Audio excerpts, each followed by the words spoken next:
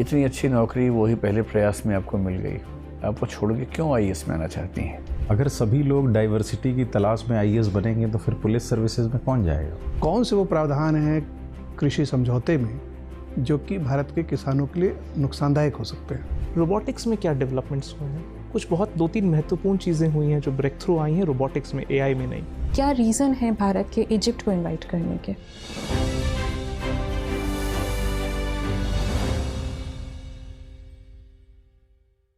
May I come in, sir? Yes please do.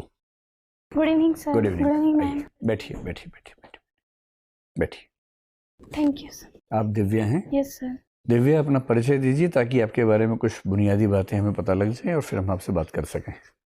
Sir, मेरा नाम दिव्या है। मैं हरियाणा के महेंद्रगढ़ डिस्ट्रिक्ट से हूँ। ठीक मैंने है। अपनी स्कूलिंग जवाहर नवोदय विद्यालय से की है।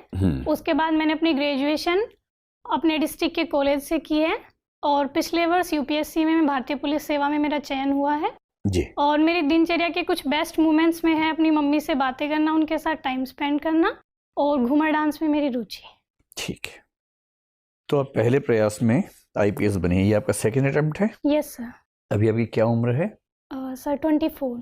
अच्छा, तो ज्वाइन क्यों नहीं किया आपने अभी? क्योंकि आप ये मेंस दे रही थी इसलिए? Yes sir. तो कब ज्वाइनिंग की इच्छा है आपकी आईपीएस को? सर ज्वाइन तो कर लिया लेकिन अभी मैं लीव पे हूँ। अच्छा, ज्वाइन कर चुकी है। Yes, तो आप आईपीएस हैं पूरी Yes, तरह से, sir. इसका Yes. मतलब। ठीक है, तो दिव्या, आप हरियाणा राज्य से हैं और हरियाणा में ऐसा कहते हैं कि लोगों की मूल प्रवृत्ति में या मूल प्रकृति में शौर्य और साहस की भूमिका ज़्यादा रहती है। Yes sir. उसका सम्मान भी ज़्यादा है और आईपीएस की नौकरी शौर्य और साहस के लिए सबसे अच्छा मंच है यस भारत में।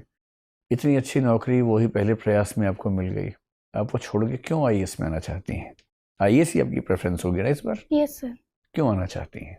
सर इसके कुछ रीजंस हैं, जैसे आईपीएस के कंपैरिजन में आईएएस में डाइवर्सिटी ज़्यादा है, हमें वेरियस डिपार्टमेंट्स में काम करने का मौका मिलता है। तो मैं मेरा ऐसा मानना है कि मुझे ज़्यादा एक्सपोजर मिलेगा, वहाँ ज़्यादा सीखने का मौका मिलेगा। ठीक है। और दूसरा सर इसका ये रीज़न है कि मैं हमेशा से गांव में रही हूँ और मैंने अपने गांव में प्रशासन का रोल देखा है। तो मेरे गांव की जो समस्याएं हैं वो बेसिकली प्रशासन से जुड़ी हुई हैं। तो शायद इस वजह से मैं अपनी पर्सनैलिटी को आईपीएस के कंपैरिजन में आईएएस के लिए ज़्यादा बेहतर मानती हूँ।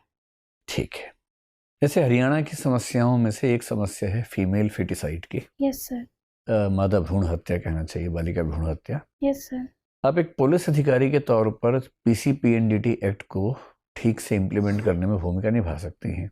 Yes sir. ताकि कोई भी अस्पताल, कोई भी लेबोरेटरी भूल से भी ऐसी इंफॉर्मेशन किसी होने वाली माँ को ना दे सके कि उसके पेट में, गर्भ में मादा भ्रूण है। Yes sir. या कोई हॉस्पिटल एबॉर्शन सिलेक्टिव तरीके से ना कर सके। बिल्कुल।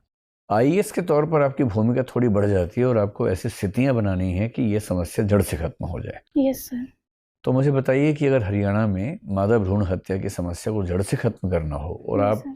मान लीजिए कि मुख्यमंत्री ने आपको विशेष रूप से ये एक प्रोजेक्ट दिया है Yes, और sir. 5 साल का समय दिया है और फंड की कोई कमी नहीं है, Yes, sir. तो आप क्या स्टेप्स लेंगे कि हरियाणा से ये समस्या खत्म हो जाए?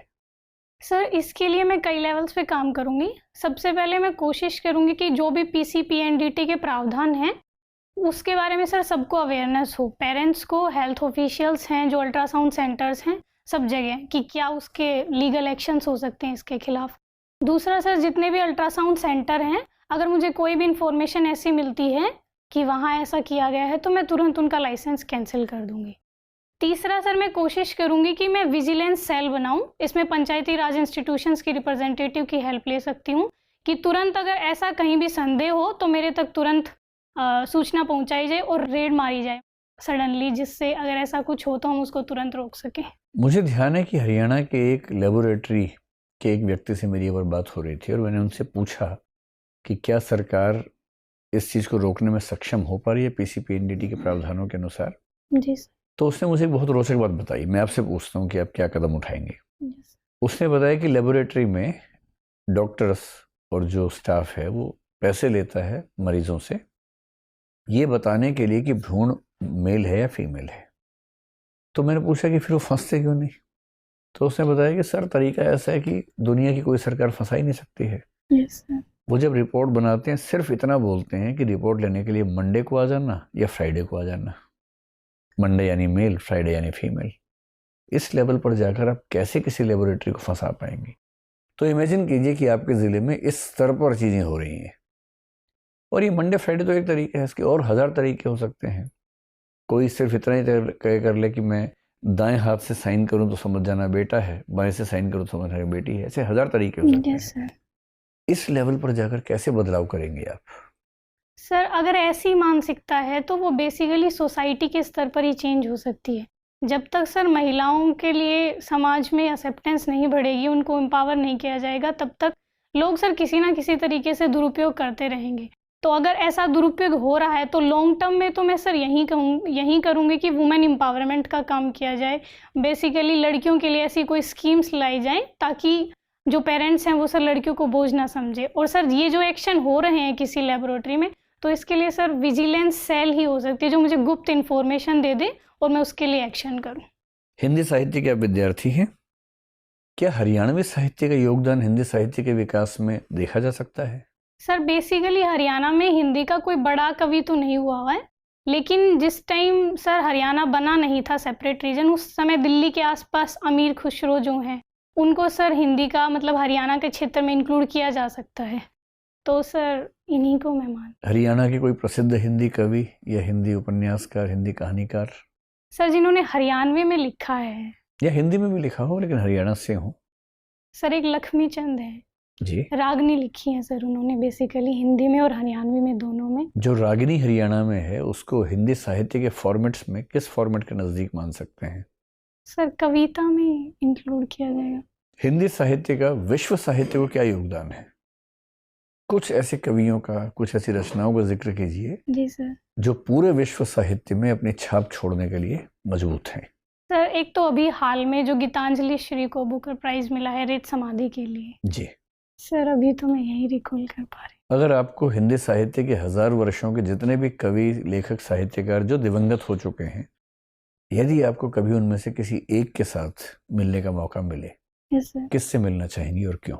सर मेरे प्रिय कवि सूर्यकांत त्रिपाठी निराला जी हैं, तो मैं उनसे मिलना चाहूँगी। तो निराला जी के बारे में 3 ऐसी बातें बताइए कि हम भी उनको पसंद करने लगे सब लोग। सर एक तो जो उनके राम की शक्ति पूजा है, उस वजह से जो उसमें ओज दिखाया गया है कि किसी भी स्थिति, चाहे हमारे लिए कितनी भी विपरीत स्थितियां हों, फिर भी हम अपने मनोबल से हम स्थितियां अपने पक्ष में कर सकते हैं। ठीक है, यानी कि एक अच्छे मोटिवेटर थे। Yes sir. एक बात हुई, और बताइए। दूसरा सर बेटी के लिए उनका जो प्रेम है सरोज स्मृति में जो दिखता है, तो सर दूसरा मुझे उनकी ये क्वालिटी अच्छी क्या लगती दिखता है? हम नहीं जानते, थोड़ा बताइए, समझा के बताइए। सर सरोज स्मृति में बेसिकली उन्होंने अपने बेटी के लिए वात्सल्य प्रेम प्रकट किया है, जिसकी 2 पंक्तियां हैं कि कन्ने गत कर्मों का अर्पण कर करता मैं तेरा तर्पण। तो बेटी से प्यार तो हर आदमी करता है, उसमें से क्या खास लेकिन सर हिंदी साहित्य में बेटी के प्यार के लिए बहुत रेयरली मिलती हैं कोई कविताएं। अच्छा ठीक है, तो और तीसरा सर जो उनका ऐसा व्यक्तित्व था कि वो सर नियमों में नहीं बंधते थे, जैसे सर मुक्त छंद की अवधारणा उन्होंने प्रस्तुत की। तो ये सर नियमों से अलग चलना और अपनी पहचान स्थापित करना, ये इनकी। एक बार उनका झगड़ा महात्मा गांधी से हुआ था, सुनते हैं। आइडिया है आपको क्या झगड़ा हुआ था? सॉरी सर, मुझे नहीं। कोई बात नहीं सर, आप पूछिए। दिव्या, हरियाणा का नाम हरियाणा क्यों है? Sir basically Haryana Hari plus आना से है, और इसे सर हरि मतलब भगवान की भूमि कहा जाता है। जैसे सर महाभारत यहाँ हुई और सर भगवान कृष्ण ने गीता का उपदेश दिया, तो इसीलिए इसे हरियाणा कहा जाता है। तो हरि प्लस आना, Yes, आना sir. कौन सा ना? न है सर, आना तो न है, लेकिन हमारी हरियाणवी लैंग्वेज में बेसिकली न को न से बोला जाता है। ओके, तो इसलिए सर। पूर्ण हो जाता है। Yes sir. अच्छा, ये बताया कि हरित क्रांति और हरियाणा के जन्म में क्या रिश्ता है? सर हरित क्रांति में हरियाणा की बहुत बड़ी भूमिका रही है। दोनों के जन्म का रिश्ता क्या है? दोनों के बर्थ में कोई रिलेशनशिप? हाँ सर, हरियाणा का सर पंजाब से सेपरेट 1966 में हुआ था, और हरित क्रांति 20 दशक में आई थी। नॉर्मन बोरलॉग का नाम सुना है? Yes sir. कौन थे वो? सर हरित क्रांति के जनक। कहाँ के थे? विश्व में हरित क्रांति के जनक। किस देश के नागरिक थे? सॉरी सर, मुझे नहीं पता। अच्छा, हमने उन्नत बीज का किसी देश से आयात किया था 1965 में। Yes sir. फिर एक हमने अपनी प्रयोगशालाओं में उसे विकसित करा के किसानों में वितरण का अभियान चलाया था। Yes sir. किस देश से उन्नत बीज का आयात किया था? Sorry sir. Lab to land movement एक चला था 1966 में, यस सर। जिस साल हरियाणा का जन्म हुआ। Yes sir. क्या था वो मूवमेंट? सर उसमें बेसिकली खेती मतलब लैंड से लेके और लैब तक मतलब अनुसंधान उनको जोड़ा गया था ताकि पूरी चेन प्रोसेस है जो कृषि की उसमें सर इम्प्रूवमेंट किया जा सके। मतलब पूरी आपूर्ति श्रृंखला। यस सर, आपूर्ति श्रृंखला। और कौन कौन से कदम उठाए गए थे जिससे हरित क्रांति फलीभूत हो पाई? सर एक तो उन्नत किस्म के बीजों का आविष्कार, दूसरा सर सिंचाई की सुविधाएं, कैनाल सिस्टम बिछाया गया था जिससे सिंचाई प्रॉपर हो सके। एफसीआई की स्थापना भी उसी के आसपास हुई थी क्या? एफसीआई क्या है? Food corporation of India. PDS क्या है? Sir public distribution system. ये भारत में कब शुरू हुआ? सर मुझे एग्जैक्ट। अच्छा, हरित क्रांति की सबसे बड़ी उपलब्धि मानी जाती है कि भारत का खाद्य आत्मसुरक्षा हासिल कर पाया। Yes sir. अब जो एग्रीमेंट ऑन एग्रीकल्चर है, कृषि समझौता है WTO वाला, उसके वजह से एक दबाव है सरकार के ऊपर कि वो पुरानी सुविधाओं को वापस ले। Yes sir. जिसके विरोध में हरियाणा के किसान, राजस्थान किसान, पंजाब के किसान विरोध प्रदर्शन कर रहे हैं। कौन से वो प्रावधान हैं कृषि समझौते में जो कि भारत के किसानों के लिए नुकसानदायक हो सकते हैं? सर बेसिकली WTO में ये कहा गया है कि किसानों को कैश के रूप में इंसेंटिव नहीं दे सकते हैं।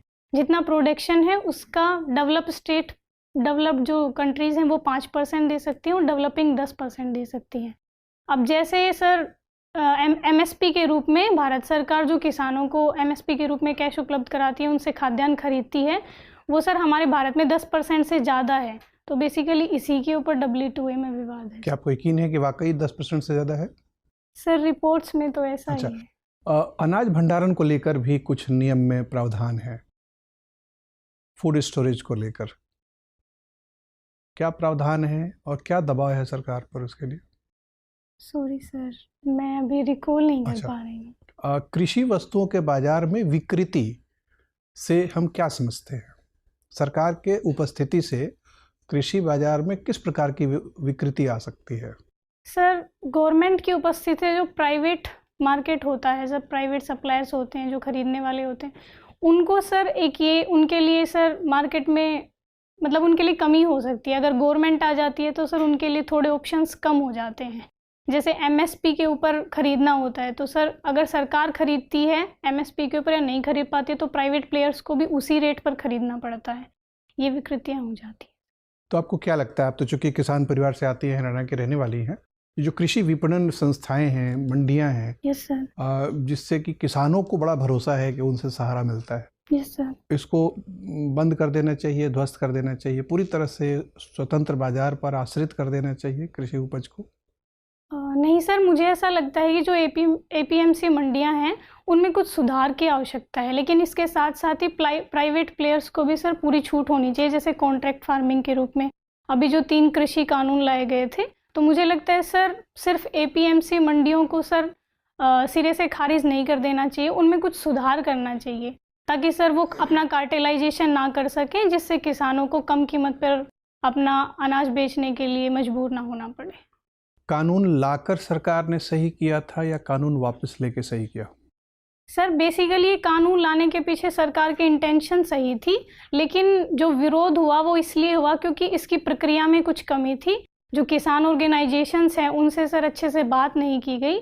तो मुझे ऐसा लगता है सर कानून का उद्देश्य अच्छा था और कानून निश्चित ही कृषि में कुछ लाभदायक परिणाम उत्पन्न कर सकता था, लेकिन इसके लिए बस डिस्कशन की ज़रूरत थी। पहले किसानों को ट्रस्ट में लेके उनको समझा के उसके बाद सर कानून लाए। किसान फिर धरना पर बैठे हैं, वो कह रहे हैं कि वादा खिलाफी हुई है। किन वादों का वो हवाला दे रहे हैं? किन वादों को सरकार ने पूरा नहीं किया? MSP को सर लीगल करने की जो मांग थी उनकी, तो सरकार अभी MSP को लीगल करने के पक्ष में नहीं है। क्या तर्क है सरकार का? सर सरकार का ये तर्क है कि MSP हमेशा से एक नीति रही है, उसे कभी भी लीगल करने की बात नहीं की गई है। अगर सरकार MSP को लीगल कर देती है तो इससे सर गवर्नमेंट पे बहुत ज़्यादा फिजिकल बर्डन पड़ेगा और सरकार चाहती है कि हम किसानों के आय को, उनकी लागत को कम करके R&D में निवेश करके बढ़ाएं। इसलिए सर सरकार MSP को लीगल। MG नरेगा के पहले भी रोजगार उत्पादन के लिए बहुत सारे कार्यक्रम चलते थे। सरकार नियमित रूप से बेरोजगारी निवारण कार्यक्रम चलाती थी, लेकिन कानून बना देने से सरकार पर एक कानूनी दायित्व पड़ा, दबाव पड़ा। और वैसा ही आश्वासन किसान चाहते हैं। नरेगा के अनुभव से निष्कर्ष लेके बताइए कि क्या वाकई MSP कानून बना देना किसानों के हक में होगा या कृषि के पक्ष में होगा? सर मुझे ऐसा लगता है कि नरेगा में बेसिकली 100 दिन का रोज़गार प्रोवाइड किया जाता है। वो सर उन सर अनस्किल्ड वर्कर्स को प्रोवाइड किया जा सकता है जिनकी बेसिक नेसेसिटीज़ पूरी नहीं हो पाती हैं। लेकिन किसानों के संदर्भ में सर एमएसपी को लीगल करना इसलिए मुझे ठीक नहीं लगता है क्योंकि एक तो इस पे गवर्नमेंट पे फिजिकल बर्डन पड़ेगा और दूसरा जो सर प्राइवेट प्लेयर्स हैं वो सर डिमोटिवेट होंगे। ज़्यादा महत्वपूर्ण क्या है सर? इससे कृषि में R&D और सर निवेश ये भी कम हो जाएगा। तो मुझे लगता है ज़्यादा महत्वपूर्ण यही है कि प्राइवेट सेक्टर को हम आगे बढ़ाएं ताकि वो सर पूरी चैन में इंफ्रास्ट्रक्चर में निवेश करें और हमारे किसान एम्पावरमेंट है, हमें उनको एमएसपी लीगल करने की ज़रूरत ना पड़े। ठीक, धन्यवाद Divya. Thank you sir. Divya, थोड़ा सा गियर चेंज करते हैं और टेक्नोलॉजी की बात करते हैं। Yes sir. कोई साइंस फिक्शन मूवी देखी है आपने? No sir. कोई टर्मिनेटर मूवी नाम सुना होगा शायद, सॉरी सर। जिसमें कई सारे रोबोट्स लड़ते हैं आपस में और मनुष्यों को से लड़ते हैं, आपस में भी लड़ते हैं। हाल फिलहाल एक, वैसे तो इलॉन मस्क काफ़ी कुछ कहते हैं, उन्होंने एक स्टेटमेंट दिया, साइंस फिक्शन की मूवीज़ में जिस तरह से दिखाया जाता था मशीनें लड़ रही हैं बड़ी बड़ी, वो रियलिटी होने जा रहा है। उसकी संभावना जो बहुत अकाल्पनीय लगती थी वो अब रेल्म ऑफ पॉसिबिलिटी में आ गई है।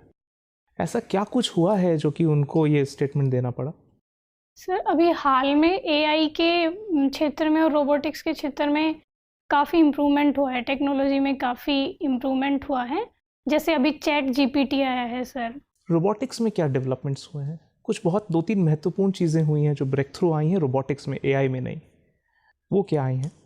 सॉरी सर, मैं नहीं रिकॉल उनकी एवोल्यूशनरी ट्रेनिंग की जा रही है, आप उस विषय में देखिए। थोड़ा सा विषय बदलते हैं। बेसिक स्ट्रक्चर हमारे संविधान का एक कॉन्सेप्ट था, एक कैनन था जो कि सुप्रीम कोर्ट ने उसके बारे में अच्छी व्याख्या करी हुई है, काफ़ी ज़्यादा चर्चा में है दोबारा। Yes sir. क्यों? सर अभी हमारे जो वाइस प्रेसिडेंट हैं उन्होंने कहा है कि बेसिक स्ट्रक्चर बेसिकली जुडिशियरी की सुप्रीमेसी स्थापित करता है तथा पार्लियामेंट की सोवरेंटी को। कॉन्टेक्स्ट क्या था इस बात का? उनको क्यों उठाना पड़ा ये चीज़? सर अभी जो पार्लियामेंट ने 2050 में एनजेएसी का निर्माण किया था उसे सर सुप्रीम कोर्ट ने अनकॉन्स्टिट्यूशनल करार दिया था, तो इस वजह से। आपको खुद अपनी समझ से क्या लगता है कि क्या बेसिक स्ट्रक्चर में इतना जो बेसिक के ऊपर जो ध्यान है एक डेमोक्रेटिक सोसाइटी में, डेमोक्रेटिक सोसाइटी का बेसिक तो डेमोक्रेसी ही होना चाहिए? Yes sir. तो इस कॉन्टेक्स्ट में जो जिस तरह से एनजैक के अगेंस्ट में सुप्रीम कोर्ट ने बोला वो लॉजिकल है कि नहीं है? कहीं आपको डिस्पैरिटीज़ दिखती हैं? नहीं सर, मुझे ऐसा लगता है कि बेसिक स्ट्रक्चर हमारे संविधान की जो मूलभूत विशेषताएं हैं उनको प्रिजर्व करता है। तो इसके लिए और हमारे सर संविधान में ये नहीं कहा गया है कि हमारी पार्लियामेंट सोवरेन है, तो इसलिए sir separation of power, check and balance बनाए रखने के लिए बेसिक स्ट्रक्चर ज़रूरी है। क्योंकि सर कभी कभी ऐसा होता है कि पार्लियामेंट में जो गवर्नमेंट होती है वो बहुमत में होती है। पार्लियामेंट सॉवरेन नहीं है, लेकिन हम तो डेमोक्रेटिक सोसाइटी हैं, ये तो सैक्रोसैंक्ट है ये चीज़। Yes sir. फिर भी आपको लगता है कि सुप्रीम कोर्ट का जो पोजीशन है वो काफ़ी हद तक ठीक है? सर मुझे ऐसा लगता है जो चेक और बैलेंस की विशेषता है वो बनी रहनी चाहिए। सुप्रीम कोर्ट के ऊपर खुद लागू क्यों नहीं होता चेक एंड बैलेंस? उनको कौन चेक एंड बैलेंस करेगा? हाँ, ये हो सकता है सर, जो अभी कॉलेजियम का सिस्टम है उसमें ट्रांसपेरेंसी की ज़रूरत है और कुछ सुधार की ज़रूरत है। तो हम एनजेसी को लागू कर सकते हैं, लेकिन कुछ सुधारों के साथ, जिसमें सर जुडिशरी का भी रिप्रेजेंटेटिव हो और एग्जीक्यूटिव का भी रिप्रेजेंटेटिव हो। भारत एक प्रयास कर रहा है कि ऑफशोर रुपी की मार्केट डेवलप हो। ऑफशोर रुपी या इंटरनेशनलाइजेशन ऑफ रुपी क्या चीज़ हो? सर इसका मतलब ये है कि अभी हाल में डॉलर के मुकाबले में सर डॉलर फ्लक्चुएट होता है, तो भारत का रुपये है वो डिप्रेसिएट होता है। तो इस वजह से इंटरनलाइजेशन ऑफ रुपी का मतलब है कि भारत का जो ट्रेड है वो रुपी में हो। आपने हासमान प्रभाव के बारे में आप जानती हैं? इसमें इसको इंग्लिश में क्राउडिंग आउट बोलते हैं। Yes sir. क्या होता है क्राउडिंग आउट?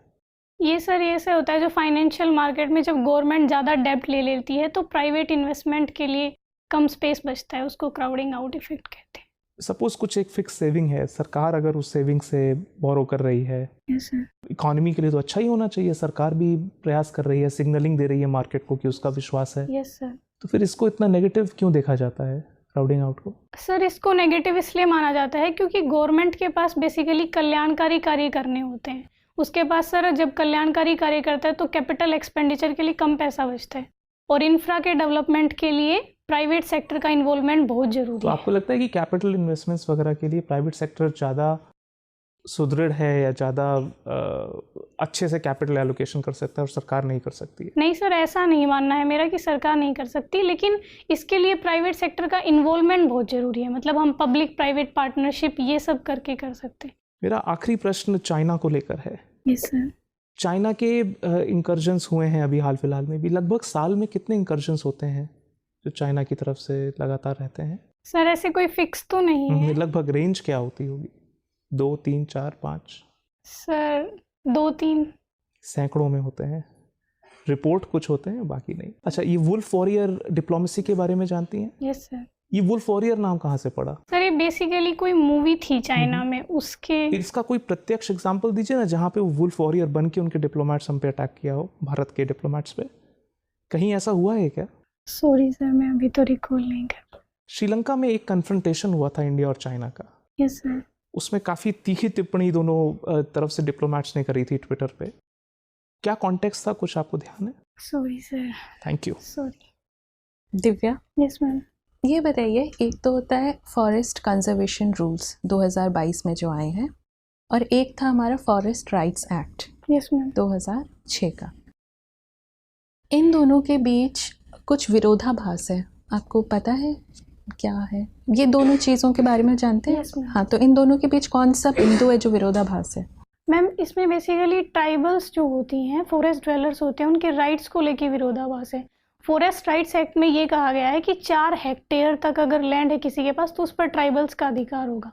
लेकिन अभी जो ये रूल्स आए हैं उनमें बेसिकली सरकार ने डेवलपमेंटल प्रोजेक्ट्स इनको बढ़ावा दिया है, तो मैम यहाँ कहीं कॉन्ट्राडिक्शन है। तो आपको लगता है कि सरकार एक तरीके से जो फॉरेस्ट ड्वेलर्स के जो राइट्स हैं उनको बाईपास करते हुए ये रूल्स बनाया है? गवर्नमेंट ने सिर्फ डेवलपमेंट बोल रहे हैं, लेकिन इन अ वे तो उनके जो हेरिडिटरी राइट्स हैं उसका हनन हो रहा है। मैम इसके लिए गवर्नमेंट बेसिकली जो डेवलपमेंट प्रोजेक्ट है उनको बढ़ावा दे रही है। मैंने वही बोला। यस मैम, लेकिन ऐसा हो सकता है मैम कहीं जो कंट्राडिक्शन है उनको लेके गवर्नमेंट थोड़ा सा उनसे डिस्कस करके, और उन्होंने तो कंसेंट क्लॉज ही हटा दिया है वहाँ से। राउंड 1 क्लियरेंस, राउंड 2 क्लियरेंस, दोनों में से कंसेंट क्लॉज हटा हुआ है, तो कैसे डिस्कशन करेंगे हम? मैम इसके लिए जो ट्राइबल लीडर्स हैं उनसे बात करनी चाहिए गवर्नमेंट को। तरीके से तो करना चाहिए। Yes ma'am. वही क्लॉज थे फॉरेस्ट राइट्स एक्ट में Yes, कि ma'am. आपको कंसेंट लेना पड़ेगा। Yes ma'am. लेकिन यहाँ पे तो अब गवर्नमेंट क्योंकि ज़्यादा पावरफुल एंटिटी है, ट्राइबल्स उतने पावरफुल नहीं है, Yes, इसीलिए उनके राइट्स को प्रोटेक्ट करने के लिए फॉरेस्ट राइट्स एक्ट में ये कंसेंट क्लॉज डाला गया था, यस मैम। जो कि इसमें हटा दिया गया है। वही मेरा सवाल वहीं पे है कि क्या सरकार अपने तरीके से फॉरेस्ट के ऊपर जिनका हेरिडिटरी राइट होना चाहिए उसको छीनने की कोशिश कर रही है? मैम सरकार का ऐसा इंटेंशन नहीं होगा, लेकिन कुछ मैम हेरिडिटरी राइट्स की वजह से गवर्नमेंट के लिए वहाँ डेवलपमेंटल एक्टिविटीज़ थोड़ी मुश्किल हो जाती हैं।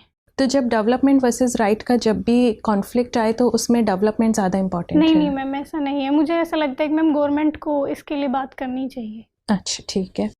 ये बताइए, इंडस वाटर ट्रीटी बहुत इस टाइम अखबारों में है, खबरों में है, क्या है ये इंडस वाटर ट्रीटी पे क्या चर्चा चल रही है?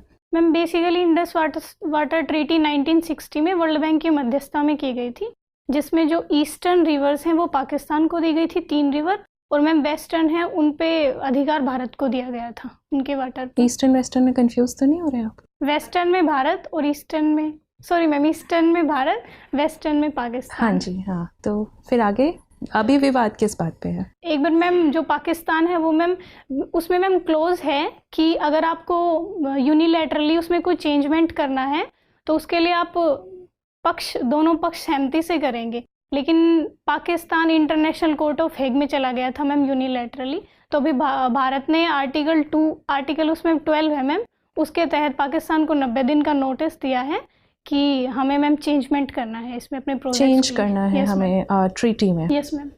इसमें एक न्यूट्रल एक्सपर्ट का भी कुछ जिक्र आ रहा है बार बार, ये क्या है? इंटरनेशनल कोर्ट तो आपने बताया, न्यूट्रल एक्सपर्ट की बात क्यों आ रही है बार बार? मैम उस टाइम वर्ल्ड बैंक ने हमारे बीच में मध्यस्थता की थी। कितने स्तर हैं इसमें? अगर दोनों के बीच कुछ कॉन्फ्लिक्ट होता है भारत पाकिस्तान के बीच, तो कितने स्तर हैं ये कॉन्फ्लिक्ट रिजॉल्व करने के ट्रीटी के तहत? सॉरी मैम, एग्जैक्टली नहीं पता। चलिए कोई बात नहीं। अभी हमारे जो रिपब्लिक डे हुआ है उसमें चीफ गेस्ट कौन थे? मैम मिस्र के प्रेसिडेंट। क्या आपको ये आयरनिकल नहीं लगता है कि हमने एक ऐसे देश को आमंत्रित किया, ऐसे देश के रिप्रेजेंटेटिव को, जिसमें एक पॉइंट ऑफ टाइम पे शायद पाकिस्तान की मदद की है भारत में आतंकवाद फैलाने में, और आज हम उनको चीफ गेस्ट की तरह इनवाइट करते हैं? क्या रीज़न है भारत के इजिप्ट को इनवाइट करने के? मैम, इंटरनेशनल रिलेशंस में बेसिकली कोई भी परमानेंट फ्रेंड या परमानेंट एनिमी नहीं होता है। और इजिप्ट के साथ हमारे रिलेशंस बढ़ाने का ये कारण है कि मैम वहाँ हमारा निवेश है, एक तो $3 बिलियन से ज़्यादा हमने वहाँ निवेश किया हुआ है, और दूसरा जो अरब वर्ल्ड है उसमें अपने संबंधों को आगे बढ़ाने के लिए हम मिस्र का उपयोग कर सकते हैं। अच्छा, चलिए ठीक है, धन्यवाद दिव्या। Thank you. दिव्या जी, आप आईएएस बनना चाहती हैं। मैं सर के ही क्वेश्चन को थोड़ा आगे बढ़ाना चाहूँगा कि पुलिस सर्विसेज को अगर जेंडर सेंसिटिव बनाना हो यस सर। तो ज़्यादा से ज़्यादा महिलाएं इसमें आनी चाहिए। Yes sir. इन जनरल मैं बात करूँ, आपकी भी बात मैं नहीं कर रहा हूँ। मैंने बहुत रेयरली देखा है कि किसी की फर्स्ट चॉइस पुलिस सर्विसेज हो, गर्ल्स की बात कर रहा हूँ। ऐसा क्यों? अगर सभी लोग डाइवर्सिटी की तलाश में आईएएस बनेंगे तो फिर पुलिस सर्विसेज में कौन जाएगा? सर बेसिकली इसके अपने अपने पर्सनल रीजंस हो सकते हैं, लेकिन मेरा सर रीज़न ये है कि ड्यू टू फिज़िकल स्ट्रेंथ आप लगा लीजिए, या मैं जैसा अपना बैकग्राउंड की वजह से सर मुझे ऐसा लगता है कि मैंने चूज़ नहीं किया। और सर प्रेफरेंस का मुझे लगता है सबका अपना पर्सनल रीज़न होता होगा। ऐसा नहीं है कि इंडियन पुलिस सर्विस कम है इस वजह से, या इंटरेस्टेड नहीं है इस वजह से कोई उसको चूज़ नहीं करता है। ओके। आप अपनी मदर के साथ क्वालिटी टाइम स्पेंड करना पसंद करती हैं। Yes sir. तो निश्चित रूप से आप उनसे काफ़ी प्रभावित भी होंगी, बहुत सी चीज़ें सीखती होंगी उनसे। Yes sir. कौन सी चीज़ आप उनसे नहीं लेना चाहेंगे? सर एक दो चीज़ें हैं जो मैं उनसे नहीं लेना चाहूँगी। एक तो सर वो कभी कभी हेल्थ का ख्याल नहीं रखती हैं। अच्छा। तो ये मैं नहीं लेना चाहूँगी। दूसरा सर टेक्नोलॉजी को लेके उनका थोड़ा सा नहीं है, मतलब इंटरेस्ट नहीं है उसमें, तो ये मैं नहीं लेना चाहूँगी। और बस सर मुझे यही लगता है। अभी हाल ही में कई मीडिया रिपोर्ट्स में ना इंडिया में जो मीडिया की फ्रीडम है उसको बहुत क्रिटिसाइज़ किया गया। जी सर। और हाल ही में हमने देखा कि बीबीसी की डॉक्यूमेंट्री को लेके भी हमारे प्राइम मिनिस्टर को थोड़ा क्रिटिसाइज़ किया जा रहा है। आप क्या सोचती हैं, कितना मीडिया फ्री है यहाँ पे, या इस विषय में आपकी क्या राय है? सर बीबीसी के विषय में स्पेसिफिक? बीबीसी नहीं, मीडिया की स्वतंत्रता के विषय में भारत में। सर मीडिया को हमारे संविधान में स्वतंत्रता दी गई है फ्रीडम ऑफ एक्सप्रेशन की, लेकिन मुझे ऐसा लगता है कि सर मीडिया को इतनी आज़ादी नहीं मिलनी चाहिए कि किसी व्यक्तिगत इंसान के अधिकारों का हनन हो सके, या सर समाज में कोई टेंशन पैदा हो जिससे। तो मीडिया को अपनी रिस्पॉन्सिबिलिटी समझनी चाहिए। उसका कार्य सर सरकार के कार्यों की समीक्षा करना और लोगों को अवेयर करना है। तो मुझे लगता है एक सर अनबायस्ड मैनर में और सर पूरी ट्रांसपेरेंसी के साथ उसे सर ये कार्य करना चाहिए, क्योंकि उसे सर लोकतंत्र का चौथा स्तंभ कहा गया है। तो उसकी आज़ादी ज़रूरी है, लेकिन सर लिमिट्स के साथ। ओके। चलिए मान लीजिए आप आईएएस बन गई और आपको एक पर्सनल असिस्टेंट दिया जा रहा है। Yes sir. और आपके पास चॉइस है एक मेल या फीमेल की। Yes sir. और दोनों इक्वली कॉम्पिटेंट है, एकदम बराबर, कोई अंतर नहीं। किसे चुनना पसंद करेंगे?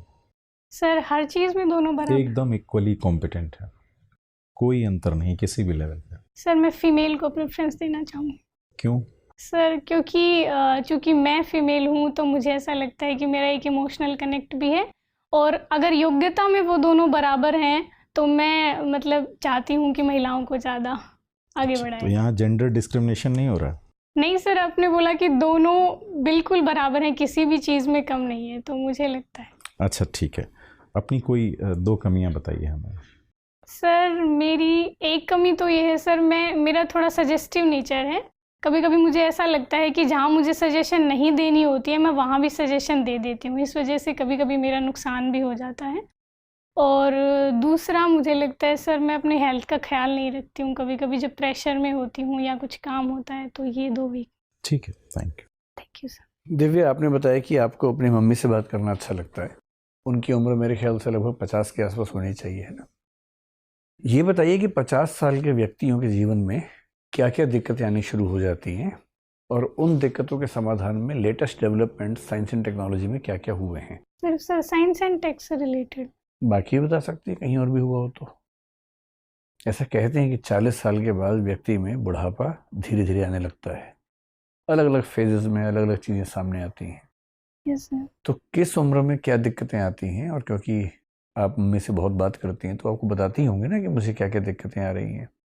तो 40 की उम्र से आज की उम्र तक क्या क्या दिक्कतें उनको आई हैं, और आप उनकी बहुत चिंता करती हैं, तो आपको ये भी अंदाज़ा होगा कि अब 5 साल बाद क्या दिक्कत आने वाली है, 10 साल बाद क्या दिक्कत आने वाली है, और उसके लिए अभी से क्या प्रिकॉशंस लेनी है, क्या ट्रीटमेंट्स होते हैं उन चीज़ों के।